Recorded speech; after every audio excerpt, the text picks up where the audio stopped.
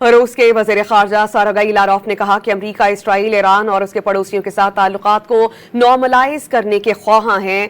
Writers کے مطابق Sergei لاروف نے مزید یہ بھی کہا کہ رجیم چینج کی پالیسیز دراصل تیل اور گیس کے وسائل پر زیادہ کنٹرول حاصل کرنے کے لیے ہیں۔ انہوں نے خبردار کیا کہ مشرق وسطیٰ میں موجودہ بحران بڑے پیمانے پر تنازع میں بدل سکتا ہے، جس سے خطے میں کشیدگی مزید بڑھنے کا خطرہ ہے۔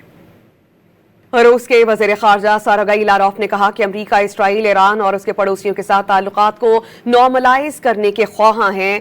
رائٹرز کے مطابق سرگئی لاروف نے مزید یہ بھی کہا کہ رجیم چینج کی پالیسیز دراصل تیل اور گیس کے وسائل پر زیادہ کنٹرول حاصل کرنے کے لیے ہیں۔ انہوں نے خبردار کیا کہ مشرق وسطیٰ میں موجودہ بحران بڑے پیمانے پر تنازع میں بدل سکتا ہے، جس سے خطے میں کشیدگی مزید بڑھنے کا خطرہ ہے۔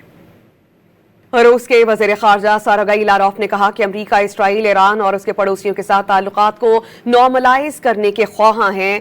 رائٹرز کے مطابق سرگئی لاروف نے مزید یہ بھی کہا کہ رجیم چینج کی پالیسیز دراصل تیل اور گیس کے وسائل پر زیادہ کنٹرول حاصل کرنے کے لیے ہیں۔ انہوں نے خبردار کیا کہ مشرق وسطیٰ میں موجودہ بحران بڑے پیمانے پر تنازع میں بدل سکتا ہے، جس سے خطے میں کشیدگی مزید بڑھنے کا خطرہ ہے۔